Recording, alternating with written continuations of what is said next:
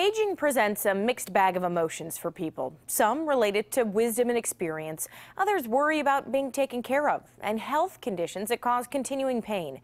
So what are the latest medical advances and what can we expect from healthcare in the future? Joining me now to discuss, we have Bill Humphries, President and CEO of Merz North America, along with stroke survivor Julie. So thank you both for being with me today. Thank you. Bill, let's start with kind of just a little bit about the healthcare industry, where it's going, and kind of how patients will benefit. Sure. So we find that patients are more engaged in the dialogue, they're more informed, and they're really entering a conversation with their physician.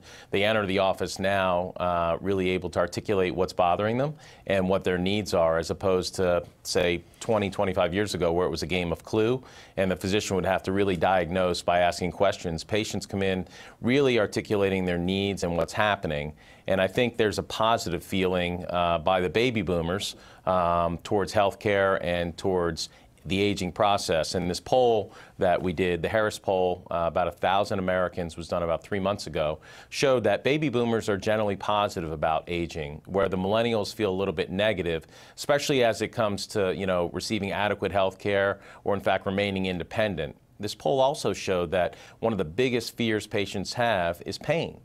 And what was really surprising to us in the poll is that what patients would trade off.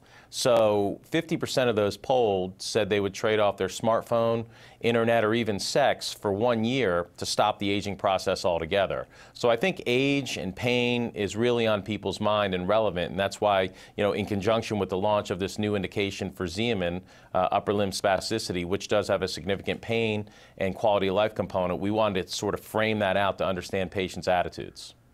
Yeah, and you mentioned that, something called upper limb spasticity. So what is it? Who is affected by that? Right. So you have about 1.8 million Americans each year, adult Americans, that are diagnosed with upper limb spasticity.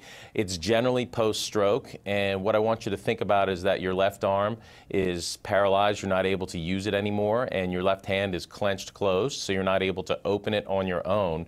And so you've essentially lost use of that part of your body after a stroke. So it's debilitating, it changes quality of life, and changes the way people live their day-to-day lives.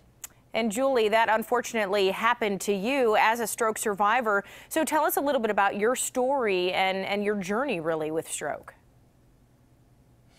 Yes, I had a stroke in 1999 at the age of 37, and I started with the symptoms of ULS, as I know that's now. Back then I didn't know that in 1999.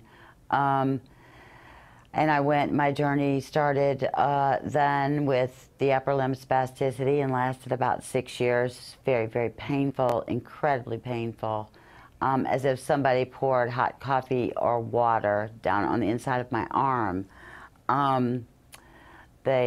The journey stopped finally. Well, not my journey, but the quest finally stopped 6 years later, and I found a doctor who understood and diagnosed me with upper limb spasticity. My life is so much more productive and happy. I can actually move my arm now. I still cannot open my hand, but I have a lot of hope. So Bill, where can we go and send our viewers to get some more info? Sure. You could go to the National Stroke Association. You could also go to Xeomin.com or MerzUSA.com to get information about the product, our company, or, in fact, stroke. All right. I want to thank you both for sharing that with us today. Thank you. Thank you for having me.